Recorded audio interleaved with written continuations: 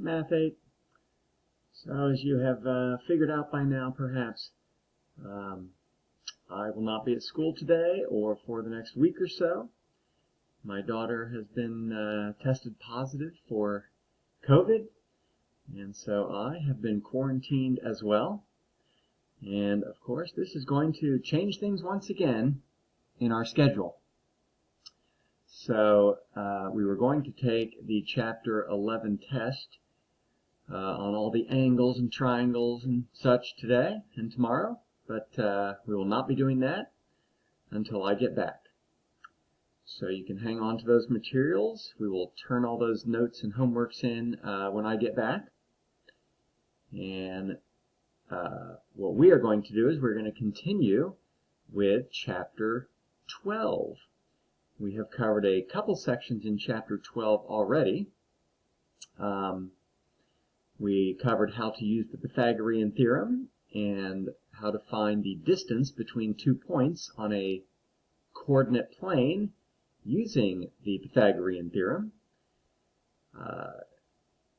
This would be a good chance for you, if you've not done that yet, to watch and fill out those notes and do those assignments. They are not that time consuming. And today we're going to move on to the third section of Chapter 12, where we start to find the volume of some different figures. So we're going to take notes today on notebook paper. There are not that many, not that much to do. I would appreciate if you would label your paper at the top, because I'm going to collect this with the other Chapter 12 notes when the chapter is over. So this will not be too long. Let's get started.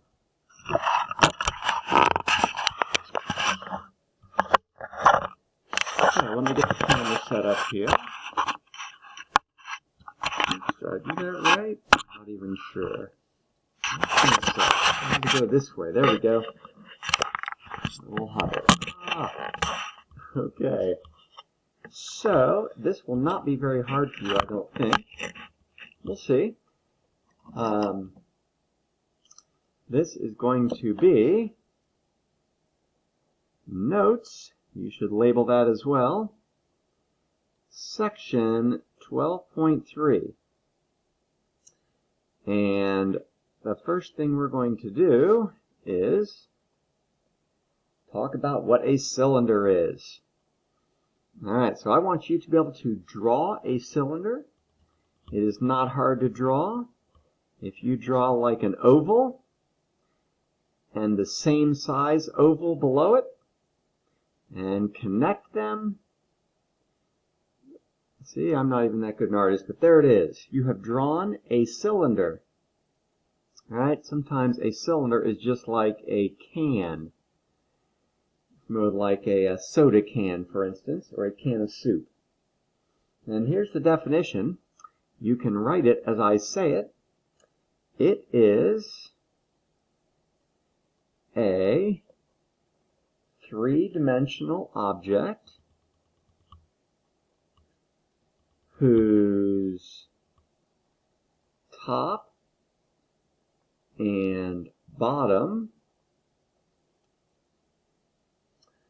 are the same size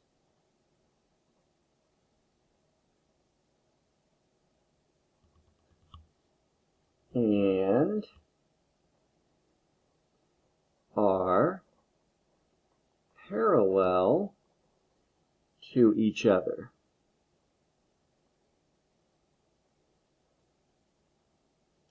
The top and bottom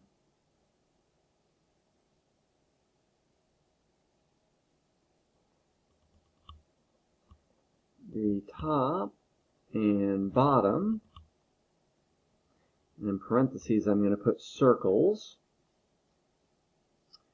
are called bases. And I'm going to underline the word bases. So a cylinder has two bases. The top and the bottom are called bases. And they are connected by a curved surface, which, if you took this outside part connecting the top and bottom and you unrolled it, maybe you've done this with some type of wrapper on a cylinder, it actually makes a rectangle, doesn't it? Makes a rectangle. Okay, so that's just the definition of cylinder. That is a lot of notes already. We're not going to fill this whole page even, don't worry. So, we need to know a couple things about the circle to make sure you know. Do you know that from the center of the circle to the edge of the circle, I'm going to label that with an R, and that R is the radius of the circle. Right? That is the center to edge. Now, sometimes we know the radius of a circle, and sometimes we know D, the diameter. Do you know that the diameter of a circle is all the way across? Diameter is all the way across a circle. That would be like 2 radii. Right? The diameter is twice the radius, because instead of going halfway across, it goes all the way across. I'll get back to you in a second why those things are important. Alright, so all we really need here is we're going to be calculating the volume of a cylinder. We simply need to know the formula. So we're going to put that here. Volume of cylinder.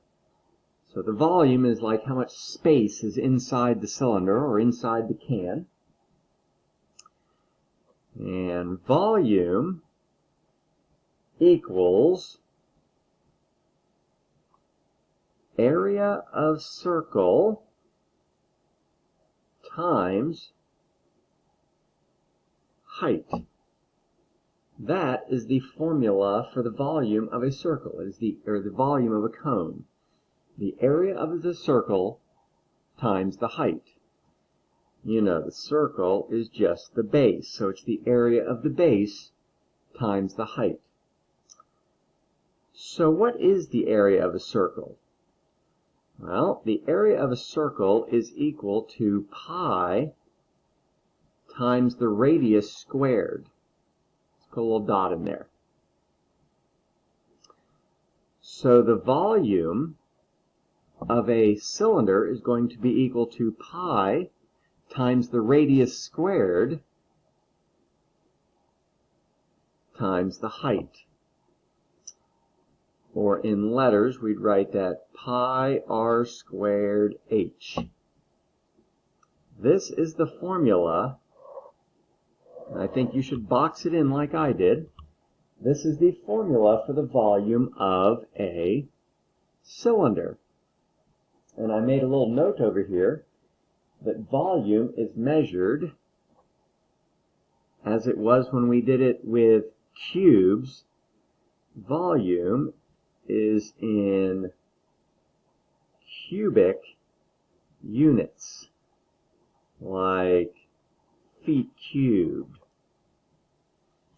Alright, we're going to do one example, and that will be enough for today, I'm pretty sure. So, here's our example. Find the volume. And I have a couple of notes here for you when you go to do this on Delta Math. Alright, so I'm going to draw the picture of a cylinder. Sometimes when I draw the bottom one, I like to put a dotted line there. Why would that be dotted? Because it's kind of hidden. And I'm going to give you some measurements. I'm going to start with this. That says 6 inches. And we will make the height 12 inches. Alright, so when I find the volume, I'm going to first write out the formula, pi r squared h. You will need to know that formula by heart. By the time we're done with this chapter, you should have used it enough that you will. And then I'm going to substitute in the numbers. So I start with the formula, and then I sub in my numbers. So in this case, I'm going to leave pi as the pi symbol. And the radius is, alright, so I was not given the radius, I was given the diameter of 6.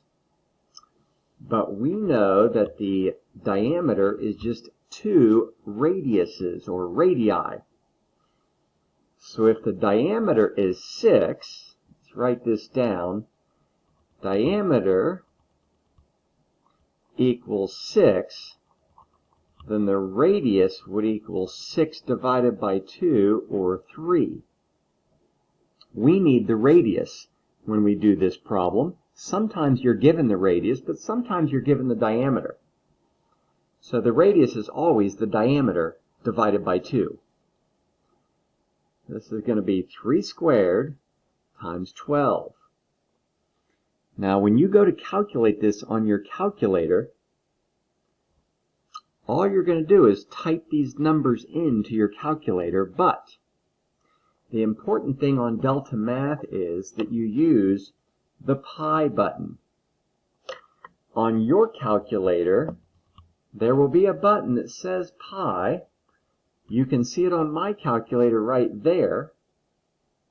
Yours, I believe it's over here. I think it's the 4th button down, and it's the main function of that button. It'll say pi right on the button. At least the one we use at school, the yellow calculators, which are the same as yours, have a pi button right there.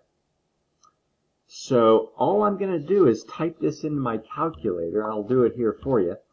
So here we go. First I'm going to hit pi times, and this would be 3 squared times 12, and I'm going to get 339.292, and then some more decimals, right?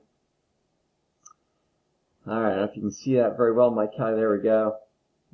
Get rid of the glare. So I typed in pi times 3 squared times 12 and got my answer.